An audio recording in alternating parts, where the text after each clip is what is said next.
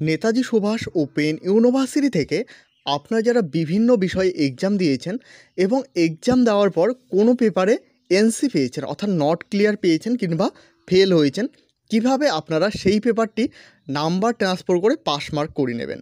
তো এই বিষয় নিয়ে আজকের এই ভিডিওয়ে আলোচনা করব। তো অবশ্যই ভিডিওটি শুরু থেকে শেষ পর্যন্ত দেখতে থাকুন।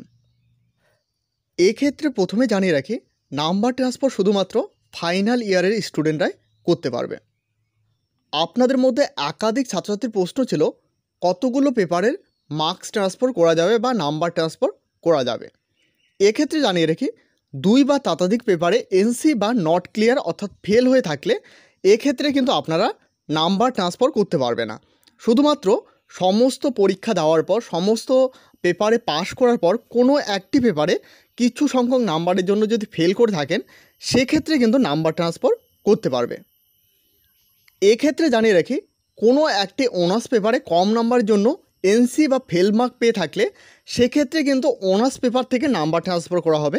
এবং তোমাদের যাদের সাবসিডিয়ারি পেপার বা পাস পেপারে ফেল করে থাকলে সেক্ষেত্রে কিন্তু পাস পেপার থেকে নাম্বার ট্রান্সফার করা হবে। অর্থাৎ যে পাস পেপারে পাস করেছো সেই পাস পেপার থেকে যে পেপারে ফেল করেছো সেই পেপারে নাম্বার ট্রান্সফার করা হবে। এক্ষেত্রে জানিয়ে দিই, অনার্স পেপার থেকে পাস পেপারে বা পাস পেপার থেকে অনার্স পেপারে নাম্বার কিন্তু ট্রান্সফার করতে পারবে না। এরপর জানিয়ে রাখি, মার্কস ট্রান্সফার ফর্মটি কোথায় জমা করতে হবে। এক্ষেত্রে জানিয়ে রাখি, মার্কস ট্রান্সফার ফর্মটি আপনারা কিন্তু স্টাডি সেন্টারে জমা করতে পারো, কিংবা স্পিড পোস্টের মাধ্যমে পাঠিয়ে দিতে পারো, কিংবা নিজে গিয়ে অর্থাৎ ইউনিভার্সিটির হেড অফিস নিজে গিয়ে জমা করতে পারো। কোথায় জমা করতে হবে অ্যাড্রেসটা আমি একটু পরে তোমাদের ফর্মে দেখিয়ে দিচ্ছি।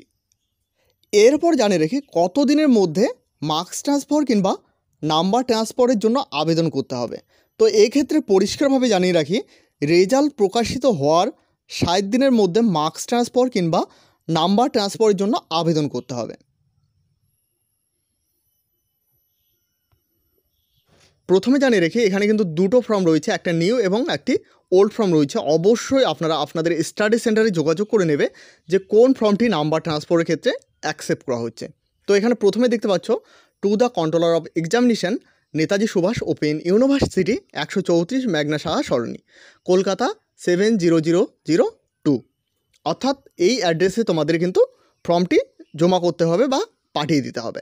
তো এখানে প্রথমে দেখতে পাচ্ছ কোন স্টুডেন্ট হয়ে থাকলে সেখানে টিকমার্ক দিয়ে অবশ্যই এখানে লিখে দেবে। এরপর দেখো এখানে এনরোলমেন্ট নাম্বার চাওয়া হয়েছে। এরপর অনলি ওয়ান পেপার অর্থাৎ কোন পেপারে ফেল করেছো সেটা এখানে লিখে দিতে হবে। এরপর সিগনেচার অফ দ্য ক্যান্ডিডেট। এরপর দেখো এখানে ফোন নাম্বার চাওয়া হয়েছে। এরপর দেখো photocopy of the original progress report অর্থাৎ রেজাল্টের এখানে কিন্তু ফটোকপি চাওয়া হয়েছে। এরপর নিচের দিকে দেখলে এখানে দেখতে পারবে কোঅর্ডিনেটরের কিন্তু সিল সিগনেচার এখানে চাওয়া হয়েছে। এরপর দেখো এখানে একটি গুরুত্বপূর্ণ বিষয় জানানো হয়েছে, transfer of mark is to be allow only for the student who have affair all the subject paper of course of studies but could not get pass mark in only one paper subject on the basis of the mark obtained in other subject of the same category। অর্থাৎ একই ক্যাটাগরিতে কোনো একটি পেপারে fail করে থাকলে এক্ষেত্রে কিন্তু পাস মার্ক করে নিতে হবে। এখানে কিন্তু শুধুমাত্র বলা হয়েছে কোনো একটি পেপারে ফেল করে থাকলে এক্ষেত্রে নাম্বারটি ট্রান্সফার করতে পারবে। ভিডিওর ডিসক্রিপশনে আমি হোয়াটসঅ্যাপ গ্রুপের লিঙ্ক দিয়ে রাখবো, সেখানে ক্লিক করে ফর্মটি ডাউনলোড করে নিতে পারবে। এছাড়াও এই চ্যানেলে প্রথমবার হয়ে থাকলে অবশ্যই চ্যানেলটিকে সাবস্ক্রাইব করে সাথে বেল আইকন প্রেস করতে ভুলবে না। এবং এখনও পর্যন্ত আমাদের হোয়াটসঅ্যাপ গ্রুপ এবং টেলিগ্রাম চ্যানেলে জয়েন না হয়ে থাকলে অবশ্যই সকলে জয়েন হয়ে নেবেন, কারণ সেখানে সমস্ত আপডেট সবার প্রথমে দেওয়া হয়ে থাকে।